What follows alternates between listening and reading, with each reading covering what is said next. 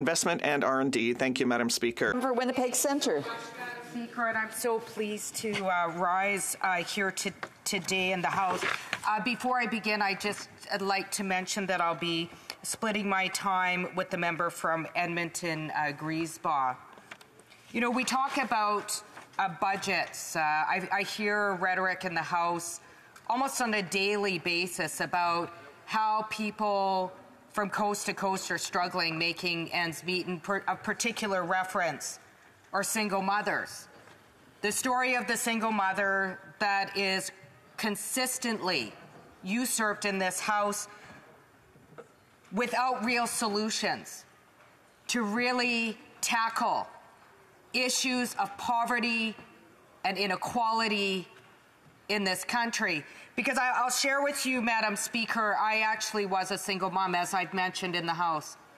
And when I first had my son, I was one of the people that we talk about in the House.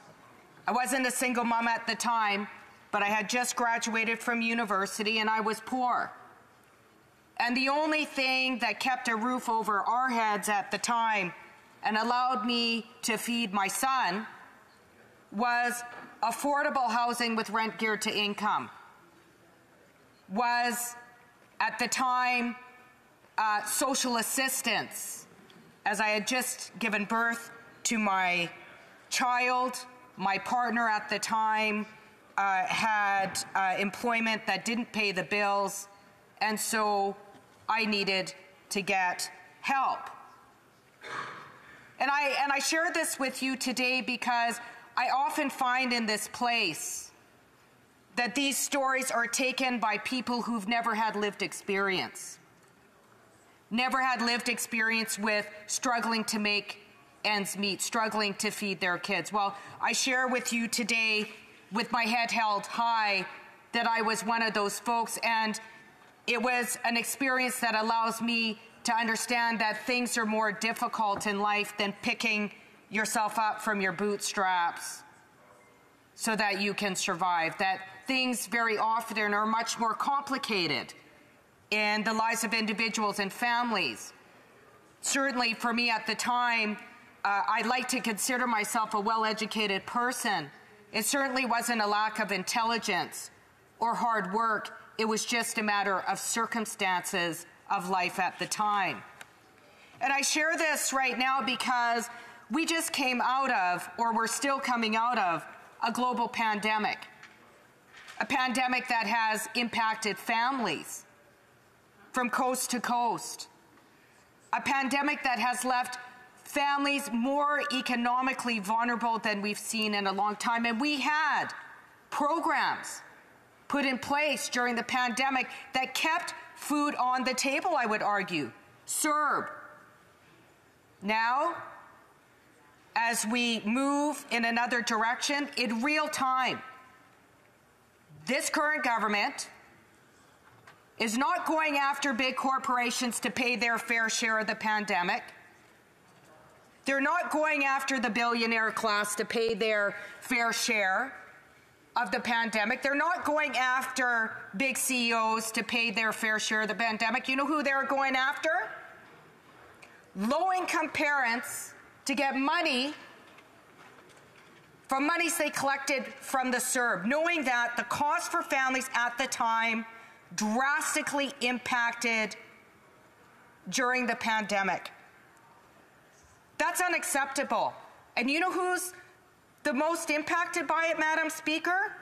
Single mothers with multiple children. This is going to leave, we're talking about housing and supporting families. This is going to leave a lot of families on the verge of falling onto the streets. You know, going back to my story, I was very fortunate at the time that I had affordable housing with rent geared to income, and which allowed me to be able to keep food on the table when food didn't cost as much. That's not the reality right now, which is why the NDP has called on this current government to put in place CERB amnesty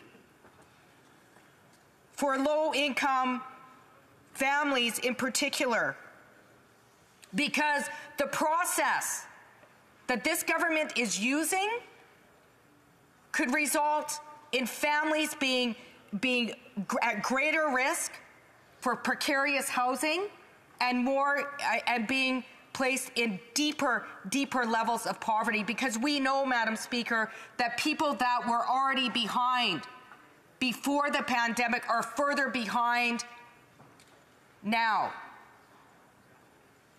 We need to stop poor bashing in this place. We need to stop with the simplified discussions about how to deal with the growing poverty crisis that we have in this country. A poverty crisis that impacts my riding of Winnipeg Centre, Manitoba, which was just reported to have some of the highest child poverty rates in this country. Children in this country are supposed to be provided with minimum human rights. We've signed on to international and domestic or international law. We have an obligation to uphold international laws and domestic laws to ensure that children are provided with basic human rights in this country, basic human rights that are violated every day in this country, whether it be in urban centers, in First Nations communities, Indigenous communities, Inuit communities across the country.